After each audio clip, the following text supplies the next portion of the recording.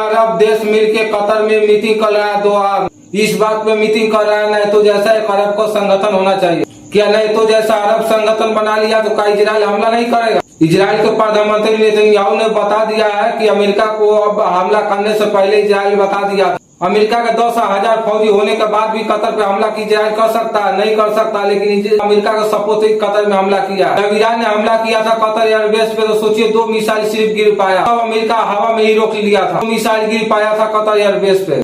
Israel तो फिर हवाई हमला किया था, क्या अमेरिका को पता नहीं होगा? बिल्कुल होगा। सबसे बड़ा डर तो अभी तुर्की को लग रहा है, इसको वजह से तुर्की पे लग रहा है कि खुलासा हुआ है इजराइल हमला करने से पहले कतर पे प्लानिंग कर रहा था, पहले तुर्की पर हमला किया जाए, लेकिन तुर्की पर हमला करना इजराइल के लिए इतना आसान नहीं था। अगर तुर्की पर हमला करता तो पूरा नहीं तो इजराइल के खिलाफ हो जाता, इसको वजह से तुर्की पर हमला नहीं किया इजराइल। कतर को अमेरिका बोला आने वाला समय में भविष्य में भी इजराइल कभी कतर पे हमला नहीं करेगा, इसका गारंटी मैं देता हूँ। लेकिन इजराइल इसका उल्टा बोला जहाँ भी हमास का संगठन होगा कोई भी देश में उसको घुस के मारा जाएगा।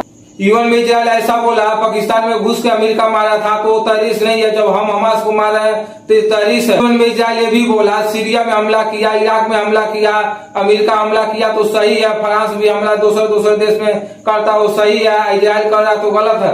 यूएन में साफ साफ इजराइल ऐसा बोल दिया आने वाला समय में कोई भी देश में अगर जो हमास होगा तो हर एक देश में उसको घुस के मारा जाएगा। यूएन में ऐसा इजराइल साफ बोल दिया है कि कोई भी अगर जो हमास का संगठन होगा उसको घुस के मारा जाएगा। And when bin Laden was eliminated in Pakistan, the question asked was not why target a terrorist on foreign soil. No one asked that question. The question was why was a terrorist given shelter at all? The same question must be asked today.